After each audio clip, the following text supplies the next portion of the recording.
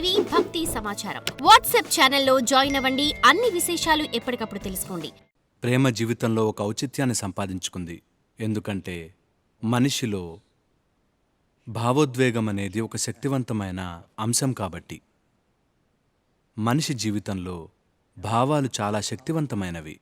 ఈ రోజున కూడా మేము గొప్ప మేధావులము అనుకునే వాళ్ళకి కూడా వారి భావాలే ఎంతో బలమైన అంశాలు. అవునా కాదా? తమ జీవితంలో అది ప్రగాఢమైన విషయం. మేము మేధావులం అనుకుంటారు. వాళ్ళు మేధస్సు ఎంతో ప్రబలంగా ఉండదు, కానీ వాళ్ల మనోభావాలుంటాయి.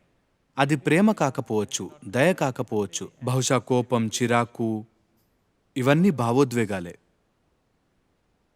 అందుకే మనోభావం ఒక important aspect of being human. ముఖ్యమైన అంశం మనిషిలో.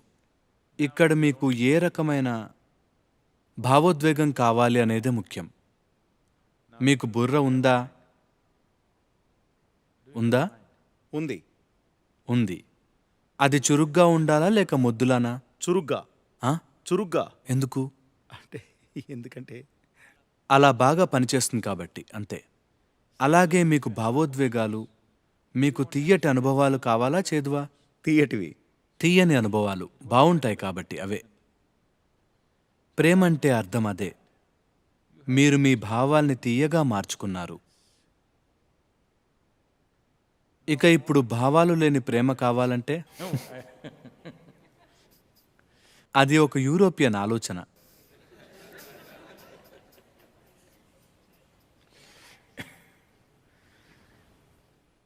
ప్రేమ ఒక మనోభావం.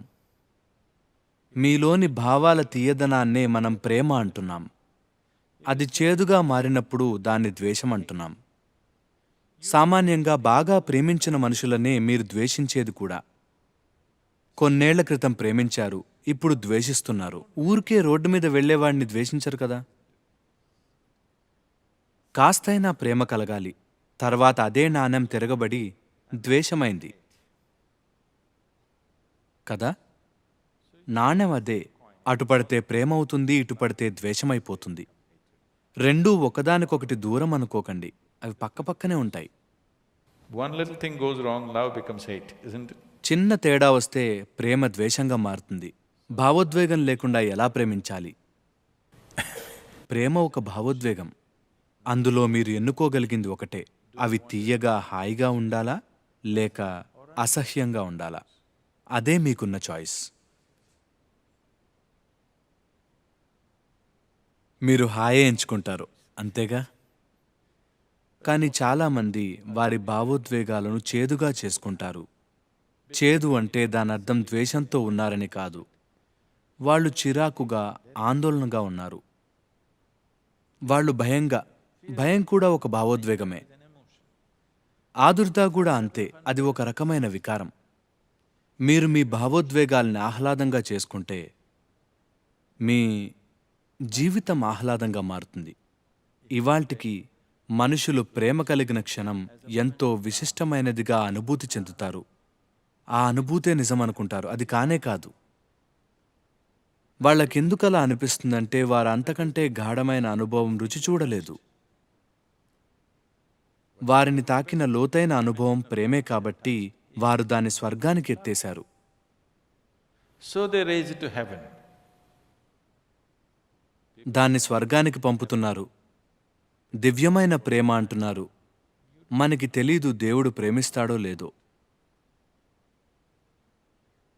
మనుషులు ప్రేమించగలరు ఒకవేళ ప్రేమించాలనుకుంటే.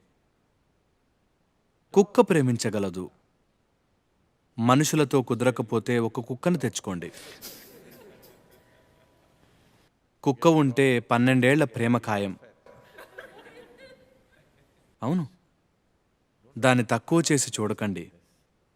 మీరు కుక్కను తెచ్చుకోండి. మీరు రోజు ఇంటికి రాగానే ఎంత గొప్పగా ఆహ్వానిస్తుందో. మీ భార్య సరిగ్గా ఉండదు, ఒక్కో రోజు ఒక్కోలా ఉంటుంది. పిల్లలు మీరు వచ్చారో వెళ్ళారా అనేది అసలు పట్టించుకోరు. కానీ మీ కుక్క ప్రతిరోజు ఎంత చక్కటి స్వాగతం పలుకుతుందో ఎవ్వరూ చేయలేరలా. అవునా కాదా? ప్రతిరోజు తప్పకుండా. మీ మీద అయిష్టత ఎప్పటికీ చూపించదు. మీకు ఎంత ఉత్సాహమిస్తుందో అది. డాగ్ అంటే ప్రేమే. చిన్న స్పెల్లింగ్ మిస్టేక్ అయి ఉంటుంది. గాడ్ అనే స్పెల్లింగ్ మిస్టేక్.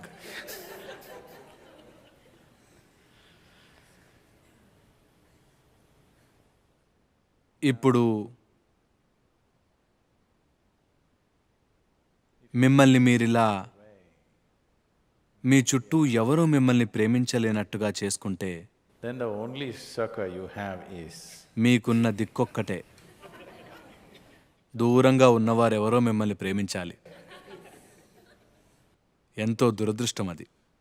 అది దేవుడొక్కడే అయితే ఎంతో దురదృష్టకరం. దాని అర్థం ఎవరూ భరించలేనంతగా మీరున్నారన్నమాట. at you. చుట్టుపక్కల వారు మిమ్మల్ని ప్రేమించకుండా ఉండలేకపోతే అది గొప్ప విషయం. మీరు గొప్పవారు కాకపోవచ్చు, కానీ ముద్దొస్తారేమో.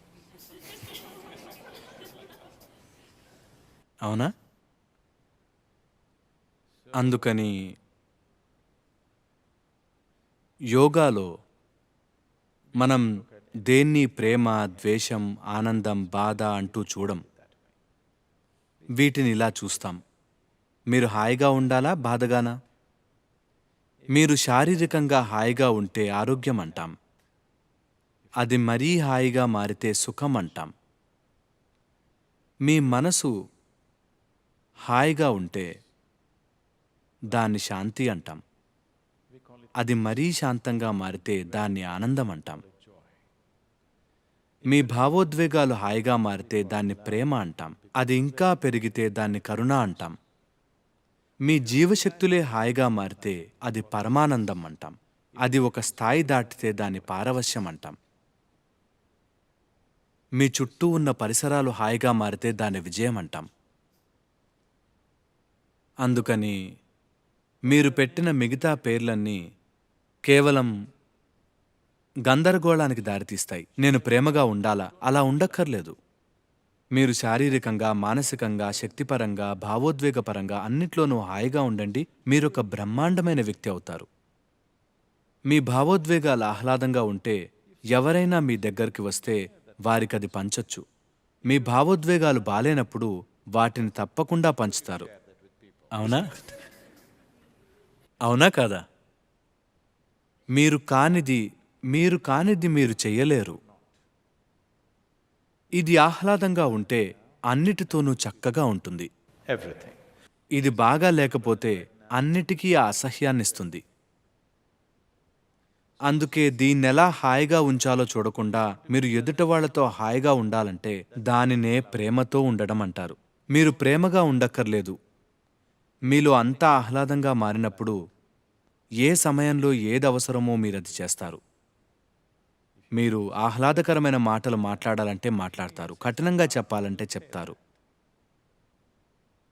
కానీ మీలో ఏ చేదు లేకుండా ఆ పని చేస్తారు. అది ముఖ్యం కదా? మీరు ఏదైనా యుద్ధం చేయాలంటే చేస్తారు, ఏ అప్రియమైన భావం లేకుండా. అది ముఖ్యం. అలా ఉన్నప్పుడు మీరు ఏది ఎంత అవసరమో అంతే చేస్తారు. మీరు అతిగా ఏదీ చేయరు. నాకు అతనంటే ఇష్టం అన్నప్పుడు ఆ మనిషి గురించి అన్నీ ఎక్కువ చేసి చూస్తారు. వాళ్లకున్న మంచిని భూతద్దంలో చూస్తారు. ఫలానా వాళ్లంతే ద్వేషం అన్నప్పుడు వాళ్ళు చెడుని ఎక్కువ చేసి చూస్తారు. అంతేగాని ఉన్నది ఉన్నట్లు ఎప్పటికీ చూడలేరు. ప్రేమించిన వారి పట్ల మనుషులు గుడ్డివారైపోతారు. అవునా కాదా? తెలివి ఉండదు. ఇంగితం మొత్తం పోతుంది. ద్వేషించినా అంతే. ప్రేమించినా పోతుంది, ద్వేషించినా పోతుంది. జీవితం అంటే అన్నిటినీ సమదృష్టితో ఉన్నది ఉన్నట్లుగా చూడగలగటం. ఇప్పుడు మీరొకరితో బాగా ఉన్నారంటే కారణం వారు మంచివారు కాబట్టి కాదు. You're pleasant to somebody because you are pleasant, that's all. మీరు హాయిగా ఉన్నారు కాబట్టి వారితో కూడా హాయిగా ఉన్నారు. ఇది నమ్మదగింది. ఇది గ్యారంటీ ఉన్న ప్రేమ వ్యవహారం. అవునా? ఇతరులతో హాయిగా ఉండటానికి కారణం మీరు హాయిగా ఉన్నారు కాబట్టి. మీరు బాగా ఉన్నారు కాబట్టి నేను మీతో బాగా ఉంటే రేపు మీరలా లేనప్పుడు పరిస్థితి మారచ్చు. అవునా కాదా? మీ హాయిని మీరు బయట విషయాలకి తాకట్టు పెడితే మీరు హాయిగా ఉండటం లేకపోవడం అనేది ఒక గాలివాటం. దీన్ని ఆహ్లాదంగా ఉంచుకోవటం మీ పని. ఇది బావుంటే ఇది దేనితో కలుస్తుందో దానికి సహజంగా ఆహ్లాదాన్నిస్తుంది. మీరు దీన్ని ఆహ్లాదంగా ఉంచుకోకుండా ఇంకెవరితోనో హాయిగా ఉండాలంటే అది ఎన్నో విషయాలపై ఆధారపడి ఉంటుంది. మీరు హాయిగా ఉండాలంటే ఎదుటవారు మీకు నచ్చినట్లుగా ఉండాలి. అది ఎలాగూ సాధ్యం కాదు. మీకు నచ్చినట్లుగా ఎవ్వరూ మారరు. ఒకరిని కూడా మీరెలా మార్చలేరు. అవునా కదా? ఒకరి విషయంలోనే అది కుదరని పని. ప్రపంచం సంగతైతే ఇక మర్చిపోండి. మీరు ఎంత ఎక్కువ దీన్ని ప్రయత్నిస్తే అంత చేదు అనుభవం ఎదురవుతుంది మీకు. అందుకే దగ్గర సంబంధాల్లోనే ఎక్కువగా చేదు అనుభవాలు ఎదురవుతూ ఉంటాయి. ఎందుకంటే మీరు కానిది మీరు చేయాలని ప్రయత్నిస్తున్నారు కాబట్టి. మీరు ప్రేమతో లేకుండా ఇతరులతో ప్రేమగా ఉండాలనుకుంటున్నారు. మీరు చేదు అనుభవంతో ఉన్నప్పుడు ప్రేమగా ఉండాలని చూడండి. అది మిమ్మల్ని నాశనం చేస్తుంది. అవునా? అవునా కాదా? ఇవన్నీ మీరు ప్రయత్నించే ఉంటారు కదా? అది వినాశకరం. మీరు ఆహ్లాదంగా ఉన్నప్పుడు అది శ్రమలేని పని. అందుకే మీరు చూసుకోవాలి ఎందుకలా మీ హాయిని ఎదుటవారి దగ్గర, పరిస్థితుల దగ్గర తాకట్టు పెడుతున్నారు. నా చుట్టుపక్కల ఉన్నవారంతా హాయిగా లేనప్పుడు నేనెలా ఉండను? ముఖ్యంగా ఎదుటవారు హాయిగా లేనప్పుడు మీరు హాయిగా ఉండటం ఇంకా ముఖ్యం. అవునా?